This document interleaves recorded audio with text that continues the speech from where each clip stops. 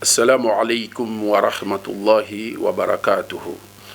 Tobandi kokumisa Allah, le maître de l'univers, Allah oya salaki bomoko boye koe baite nzambe azali moko asangali na eloko to mutu moko te na kati ya adoration na ye na kati ya makumisi maye pe connaissance onde nzambe asali ezala pilier fondamental ya religion na ya Islam.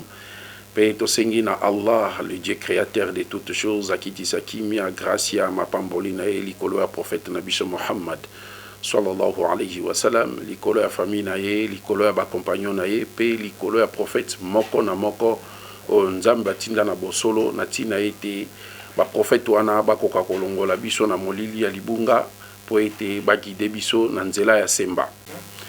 Bandeko batali chaîne ya télévision Jabal Nour, précisément émission nabino ya doctrine secrète, toza ko continuer na thématique nabisio ya l'unicité de Dieu bomoko bwanzambe o tolobi ezali doctrine fondamentale ete amana ba prophète banso ba prophète nyonso ya nzambe bayaka message na bango ya liboso ezalaki ko benga batu bayeba ke nzambe azali moko basambela ye basangisa na eloko to mutu moko te na kati ya bonzambe boye. Donc connaissance ya nzambe il faut précéder d'abord adoration ya nzambe. Eza tendenge tozomona na mboka na biso bato bazo sambela nzambe croyant que bazana certitude que bazo sambela nzambe ya solo, ok bazo sambela nzambe te pe bayebi nzambe te pona nini eloko aliboso ezali koyeba nzambe ya mboyete ya kosambela ye. Nde tozo continuer na thématique na biso ya l'unicité de Dieu au tofongola ki na 112e chapitre ya 5 Coran, tolobaki 112e chapitre ya 5 Coran où ezali arme ya destruction massive pour na koya ko détruire ba fausse doctrine to ba fausse religion nyonso où ezami na kati ya mokilo ezotangisa nzambe ya lokuta. Nde mission na biso ya liboso tolobela ki premier verset kul huwa Allahu ahad. Tolobi Allah à se présenter na kati ya premier verset ya 112e chapitre ya 5 Coran abandi d'abord kolakisa biso non personnel na ye alobi ye azali Allah kombo na ye personnel Allah pe alakisi biso l'une de ses caractéristiques na ye azali unique. Tolobi unicité ya nzambe tolakisaki yango na première émission ezali unicité o ba prophète nyonso batangisa yango ko banda na Deutéronome 6:4. Moïse a dit à Israël, écoute Israël, le Seigneur notre Dieu est l'unique Seigneur. Et Isaïe a confirmé, on a Isaïe chapitre 44, verset 24, alors Dieu est unique. C'est lui seul qui a créé le ciel et la terre, sans l'associer. Et Jésus-Christ, qui m'a enzamé à l'Ikolonae, a confirmé, on a Marc chapitre 12, verset 28, tina 32, a dit à Israël, alors écoute Israël, le Seigneur notre Dieu est l'unique Seigneur. Et même unicité de Dieu, prophète Mohammed, qui m'a enzambe zali kolona e atangisi on a 112e chapitre ya 5 Coran, alobi nzambe azali unique. Wana ezalaki premier verset, deuxième verset to explica ki nzambe azali aswamad, Allahu swamad. Tolobaki ke mo aswamad ezali momoko polysémique ezana basan sebele. Tolobi aswamad signifie d'abord un, l'immortel. Nzambe azali aswamad signifie l'immortel oya kufakate parce que yende akela liwa akoki jamais ko yikamela mana liwa parce que liwa ezali créature na ye pe alakisi biso na ba écriture révélé que o nyonso akokufa azali dignité akobenga manzambe. Et deuxièmement tolobaki aswamad signifie oyo biso to sengeli to kende pai na ye na ba problème na biso parce que biso tozana besoin na ye mais ye ana besoin ya mututi. Alors, on est à la deuxième émission. L'élo, troisième émission, pour expliquer l'amialide ou l'amiolad. Reproductivement, Dieu n'est sorti de personne et littéralement personne n'est sorti de Dieu. C'est-à-dire, Nzambe abotate pe abotamate. Le troisième verset à Surat Ikhlas. L'amialide ou l'amiolad. Nzambe abotate pe abotamate. Dès lelo, nous avons expliqué verset O. Avant qu'on explique en haut, nous avons rappelé bande de musulmans, boye baïté. Lelo na mboka na biso, soge ezali na batu, bazon di maete nzambe azana mwana, eke nzamba bota, nzamba ana mwana. et que batouana ba kufi na croyance wana que nzambe abota azana mwana toyeba ke biso ba musulman toko telema mukolo ya suka tozala interroger pona irresponsabilité na biso ya kozanga koyebisa ba non musulman ke nzambe azana mwana te. Parce que Coran nzamba révélaka Coran pona koya kolakisa bato pe ke ye azana mwana te. Nde tozwi yango na sourate 25 verset 1er tina 3. Tozotanga yango. Au nom d'Allah le tout miséricordieux, le très miséricordieux. Sourate 25 verset 3. Béni soit celui qui a fait descendre le livre de discernement. C'est-à-dire Coran bengami livre ya discernement, c'est-à-dire livre o eza koya kolakisa yo malamu kosala pe ko rejeter nini mabe. Béni soit celui qui a fait descendre le livre de discernement sur son serviteur, c'est-à-dire le prophète Mohammed, afin qu'il soit un avertisseur à l'univers tout entier. C'est-à-dire Coran est le livre où il est révélé pour toute l'humanité, pour l'univers tout entier. Celui-là qui appartient à la royauté des cieux et de la terre. Oh, il a révélé qui Coran et pas le prophète Mohammed pour l'univers tout entier. Mokili Mobimba, alobi, c'est lui qui appartient à la royauté des cieux et de la terre. C'est-à-dire Yewana Nzambe, le Dieu créateur, Likolo Nase Ezali Yaye, et qui n'a point adopté d'enfant. Nzambe, oh Likolo Nase Ezali Yaye, oh Akela Nyonso. Alobi azana mwana te, qui n'a point d'adopté d'enfant et qui n'a point d'associé à sa royauté. Nzambe le Dieu créateur, o likolo na se ezali aye, o azana mwana te, il n'a pas d'associé dans sa création. Nzambe akela mokili oyo azalaka na associé te, o pesanga ye eloko boy, pesanga ye boy. Oh, mutu moko a contribué à la création ya mokilio. Nzamba azala na société, pe azana na société. Do ya kela nyonso ye moko sans associé. Nenge Isaïe chapitre 44 verset 24. Nzamba lobi, je suis l'Éternel. J'ai créé toutes choses seul. J'ai déployé le ciel et la terre seul, sans l'aide de personne. Nzamba confirmant wana kati ya Coran lobi, qui n'a point d'associer dans sa royauté. Ye azali na société, asangi sa création na yena mutu moko te, et qui a créé toutes choses à la mesure. Nzambe oya kela biloko nyonso avec mesure. Univers nde ba savant balobi ezali parfait et koka nyonso harmonie ezana univers. Donc Nzambe azana société.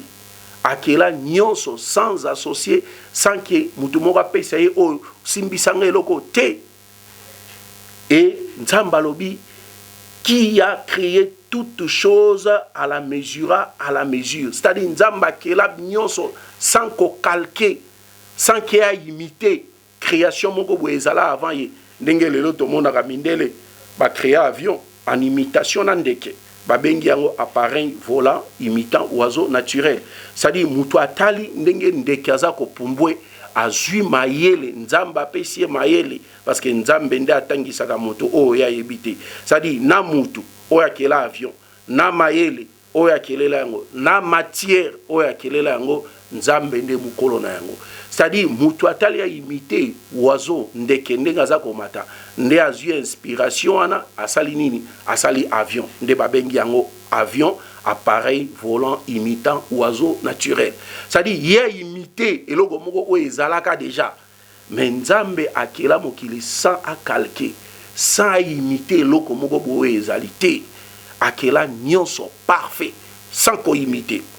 Dalobi qui n'a point d'enfant azana mwana te nzamba na mwana te pe akoki kobota te parce que nzamba kela ba créature ba ange abalaka te ange ana mwana te bosoki nzamba kela ba créature bazali ba ange babalaka te bana te comment voulez-vous que nzamba ke ozana mwana? Donc deuxième verset lam yalid wa lam yulad, et qu'on révèle l'une de ses caractéristiques, l'une des caractéristiques ya Nzambe o ezola ki sabiso ke Nzambe aza différent na ba créature na ye. C'est-à-dire kokani ne eloko moko te. Ye abota te pe abota mate. C'est-à-dire reproductivement mutu abima na Nzambe te pe littéralement Nzambe abima na mutu te. Ye abota te. C'est pourquoi na verset mususu na sourate 43 verset 81 à 83 boka Nzambe ndazo yebisa prophète Muhammad sallallahu alayhi wa sallam. Na sourate 43 verset 81 à 83 Nzambe azo yebisa prophète Muhammad ayebisi alobi dit: si le tout miséricordieux avait un enfant comme vous le prétendez, j'aurais été le premier à l'adorer. Gloire au Seigneur des cieux et de la terre, Seigneur du trône. Il est au-dessus de ce que les polythéistes lui attribuent et qui ne convient pas à son essence divine. Alors laisse-les s'enfoncer dans leur fausseté et continuer à s'amuser jusqu'au jour qu'il leur est promis.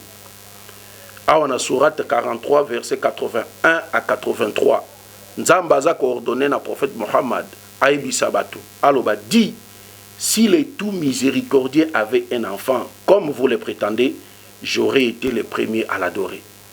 C'est-à-dire verset ezola ki sabiso que soki Nzambe azalaki na mwana, prophète Mohammed sallallahu alayhi wa sallam azalaki mutaliboso ya koyeba ete Nzambe azana nani, azana mwana. Ça c'est premièrement. Deuxièmement, verset ezakola ki sabiso que soki Nzambe azalaki na mwana, prophète Mohammed alingaka salani, alingaki adorer. C'est pourquoi le prophète Mohammed a réfuté que Nzambe azana mwana te, parce que soki azalaki na mwana, ya lingaka azala mutaliboso ya koyeba pe Nzambe azana mwana pe azalaki mutaliboso ya kosala nini, ya kosambela mwana ana. Donc Nzambe ana mwana te. Et verset juste après qu'on réfuté que Nzambe azana mwana te, verset proclamé directement gloire à Nzambe. Verset lobini: gloire au Seigneur des cieux et de la terre, Seigneur du trône. Il est au-dessus de ce que les polythéistes lui attribuent et qui ne convient pas à son essence divine. Alors laisse-les s'enfoncer dans leur fausseté, dans leur égarement. C'est-à-dire, verset juste qu'on réfuté que Nzambe azana mwana te et proclamé directement monene ya Nzambe. Et le dit: gloire au Seigneur des cieux et de la terre, Seigneur du trône. Donc, Nzambe akela mokili nyonso likolo na se ye moko sans associé. Comment voulez-vous que Nzambe o akela mokili nyonso bande bandeli tisuka ye moko ake ozana besoin ya mwana? Pourquoi Nzambe ake ozana besoin ya mwana? Parce que kozala papa ozana besoin ya mwana, to kozala mwana ozana besoin ya tata, ezali ba étape o mutu azana besoin ya eloko. Mais Nzambe ana besoin ya eloko te. Dieu se suffit à lui-même. Dieu existe par lui-même. Nzambe ana besoin ya eloko te. Parce que kozala tata, Nzambe akoki kozala tata te pona zala na besoin ya mwana. Parce que kozala tata ozana besoin ya mwana. C'est-à-dire ezali caractéristique moko boye o mutu azana besoin eloko. C'est-à-dire mutu abotaka selon espèce na ye. Ce qui mutu aboti akobota selon espèce na ye, soit azan nyama ou soit mutu, soit aza créature moko boye. Mais Nzambe azana espèce te pona ke ozana mwana. Nzambe toko classé selon ba catégorie ba espèce ya batu to ba nyama te. Aza différent na biso batu. Comment voulez-vous que Nzamba a besoin de moi? Est-ce que ça na mukolo Nzamba kokufa mishu pona za na besoin de moi na mona guidé à la qui c'est nzela? Non. Nzamba rejeté enseignement wana doctrine wana golobaya nzana mona lobi, il n'a pas d'enfant. Bon, Nzamba ko ikozala mwana te oyo azana tata. Nzambe akoki kozala mwana te oyo azana tata. Parce que ceux qui Nzamba azana mwana oyo azana tata, ezola kisake tata wana a existaka avant Nzambe. Donc ezola kisake existence ya mwana Nzambe ezo dépendre na tata. Ezola kisake o tata ya nzambe azali supérieur ya nzambe. Donc par conséquent caractéristique oyo ya nzambe kozala mwana ezo mérité te pa ya nzambe. Nzambe akoki kozala mwana te. Ezolakisa ke existence ya nzambe ezo dépendre na être moko supérieur.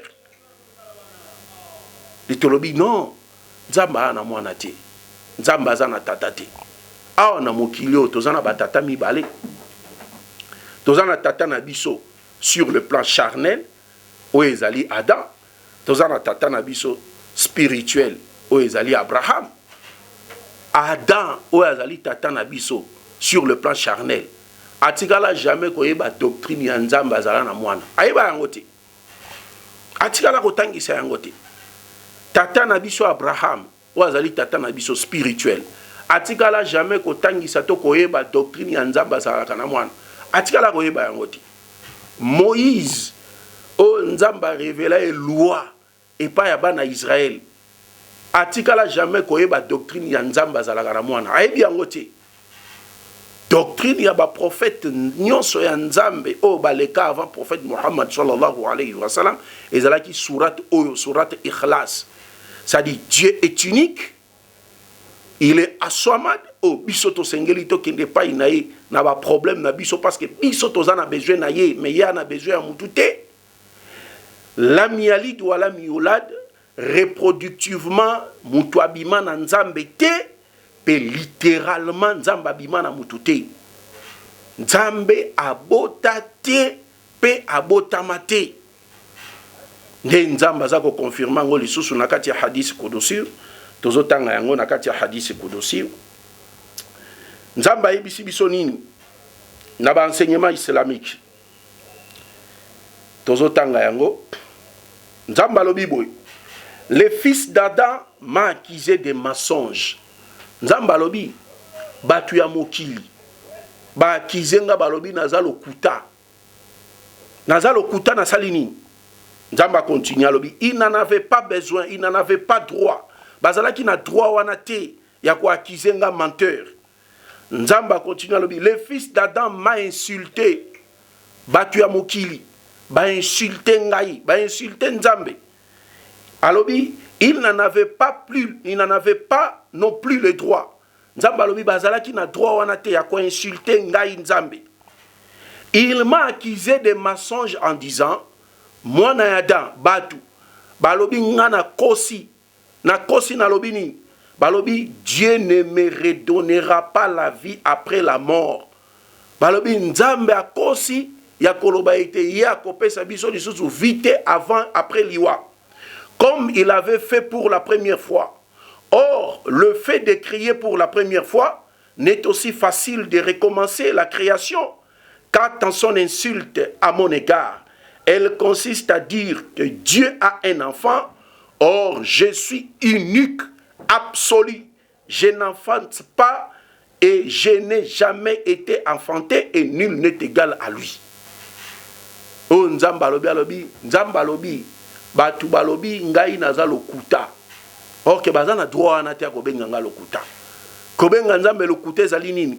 Koloba ete Nzambe akosekwisa biso lisusu te. Ah tokufi déjà ici, il y a pas une autre vie après cette vie. Donc vie ezakaka oh parce que zana batu misusu bandimaka yango que vie mususu ezali te ou vie tozo meneka yango. Donc ezalo la mwana na libumu ya mama na ye bébé na libumu ya mama na ye soki possibilité zalaki ya koyebisa bébé na libumu ya mama na ye lobi omoni après vie ozo mene na kati ya libumu ya mama na o eza na vie mususu ya libanda eza plus meilleur koleka o bébé na libumu ya mama na ye alingaki kondima te eza ndenge moko na bato bazoloba ke vie mususu ezali te après vie o nde Nzambe alobi baza ko accuser menteur ke ya kosi. Nzambe alobi ya pasi nini ezali soki yo mutu mokili eloko moko ebandaki ko exister te osali yango ezala mais soki yo mutu mokili obebisi yango bomi yango difficulté to pasi nini kozala pono sala nini osala mususu pasi kozala te mais à combien plus forte raison Nzambe biso to existaka te attirer biso du néant à l'existence asali ete tozala mais soki a bomi biso alobi asekwisa biso wapi problème pas ya Nzambe. Wapi difficulté on Nzamba kokutana nango pona ressusciter biso. de nzamba lobi bato bazolo bake non nzamba ko sécurité biso te mukolo ya suka vie mususu ezali te après vie o baza ko accuser nzambe menteur et nzamba lobi mensonge na bango consiste à dire que Dieu a un enfant. C'est-à-dire lokuta munene na bango ya koloba nini ngai nzambe nazana mwana. Nzambe directement déclaré alobi or je suis l'unique, l'absolu. Je n'enfante pas et je n'ai pas été enfanté et nul n'est égal à moi. Nzambe abota te pe abota mate bandeko na ngai. Nzamba keli ba angelu abotaka te azana besoin ya moi cité. Ce qui ezana ba être ba créature nzamba kela bazana besoin ya moi cité bazana besoin ya moi na te. Comment voulez-vous que nzamba kendi kozana na besoin ya moi na? Nde nzamba lobi ke non nzamba na moi na te. Conception bien doctrine ya koloba ke nzamba azana moi na ezali doctrine satanique ba prophète ya nzambe batangisa yango te. Mais toyebi que expression fils de Dieu na kati ya Bible c'est une métaphore pour na bande ko na biso ba chrétien bazolanda biso tant bazoyo ka balobi oh mais non mais Bible lobi car Dieu a tant aimé le monde il a donné son fils unique afin que quiconque croit à lui ne périsse point dans les péchés mais qu'ils aient la vie éternelle. Oui, tolobi l'expression fils de Dieu na kati ya Bible signifie métaphore parce que Jésus-Christ n'est pas le premier à être appelé fils de Dieu dans la Bible. Et le seul ou le dernier à être appelé fils de Dieu dans la Bible. Jésus-Christ azala unique te abengama fils de Dieu dans la Bible. Pe azamuto liboso te abengama fils de Dieu dans la Bible. Bato babengama fils de Dieu avant Jésus, pendant Jésus et après Jésus. Et l'expression fils de Dieu signifie serviteur de Dieu. Comme Togotanga d'autres prophètes au babengama pe ba fils de Dieu avant Jésus-Christ. Tozuango par exemple dans Psaume chapitre 2 verset 7. Psaume chapitre 2 verset 7. Bible ebisi bisobwe. Je publierai les décrets. L'Éternel m'a dit, tu es mon fils, je t'ai engendré aujourd'hui. Nzamba ebisi David alobi yo zali mwana nanga pe na botio lelo. Mais il faut qu'on se pose la question autour. Nzamba bota David ndegeni littéralement na mwasi na mobali. Ndenge mona ba chrétien to solo na ba mingi. Tant car Dieu a aimé le monde, il a donné son fils unique, afin que quiconque croit à lui ne périsse point dans les péchés, mais qu'ils aient la vie éternelle. Ce qui est papa à Jésus-Christ, c'est Zanani. Alors, il y a Zanzambe. Maman à Jésus-Christ, selon la Bible, c'est Zanani. Et c'est Marie. Bon, moi, si Nzambe Nani. Conscience, oh, Nzambe a tiana mutu nae. Et peki si aloba ke Marie a zamona Nzambe. A zamwa si Nzambe. Parce que n'est pas l'islam. Naissance miraculeuse, il y a Jésus-Christ. Et sali Jésus-Christ, azala moana nzambe au sens littéral du terme. Et zali 4 façons nzamba qui est la race humaine. Nzamba qui est Adam, sans père, sans mère. Nzamba qui est Ève, abimi na koti Adam. Et nzamba qui est Jésus-Christ avec une mère, sans père. Et nzamba qui est biso avec des pères et des mères. Voilà 4 façons d'Amba qui est la race humaine. Ce qui moutoua kokaki koza la fils de Dieu au sens littéral du terme, comme croient les chrétiens, mais Adam n'ingaga la fils de Dieu plus que Jésus-Christ, parce que même Bible dans Luc chapitre 4, dans le dernier verset, bengi Adam fils de Dieu. Mais est-ce que Nicolo Baki Adam zalaki mona nzambe au sens littéral du terme? Non. Ça dit l'expression fils de Dieu signifie serviteur de Dieu. C'est pourquoi dans Jean chapitre 20, verset 17, Jésus-Christ à Marie de Magdala lobi, ne me touche pas, car je ne suis pas encore monté vers mon Père. Mais va trouver mes frères et dis-leur que je monte vers mon Père, qui est aussi votre Père, et vers mon Dieu, qui est aussi votre Dieu. Jésus ici Marie de Magdala, kosi bangate lokola na matina ne pas ya tata na ngai te. Mais nazo mate pa ya tata na ngai, o azali tata na bino. Donc Jésus-Christ confirme que papa naïe azali le même père na ya banani, na ya apôtre. Mais il s'agit de quel père? Biologiquement? Non. C'est-à-dire, ndenge Bible lobi, heureux ceux qui procurent la paix, car ils seront appelés fils de Dieu. Donc, l'expression fils de Dieu dans la Bible, c'est une métaphore. Et Nikoloba, serviteur de Dieu, Nzambe abotate, pe abotamate. Voilà où ezalaki, yamuke tolengelaki, pour la 3e partie nabiso, la mialide ou la miolade, pour continuer kolanda biso, ti na 4e verset, pe Toza na besoin ba question na biso bo poser ba question na bino plutôt bo poser na numéro eza affiché na bas écran pe ba musulman bobo sanate ko soutenir chaîne na bino la première chaîne islamique na ville ya Kinshasa Jabal Nour bo soutenir yango pour aider to faire passer message ya islam et comme la bande ko na biso ba non musulman pour aider mukolo ya suka bazana na raison échappatoire te ya ko avancer pa ya nzambe o toyoka kité vérité yango et comme les bino, je dis et je vous remercie. Assalamu alaikum wa rahmatullahi wa barakatuh.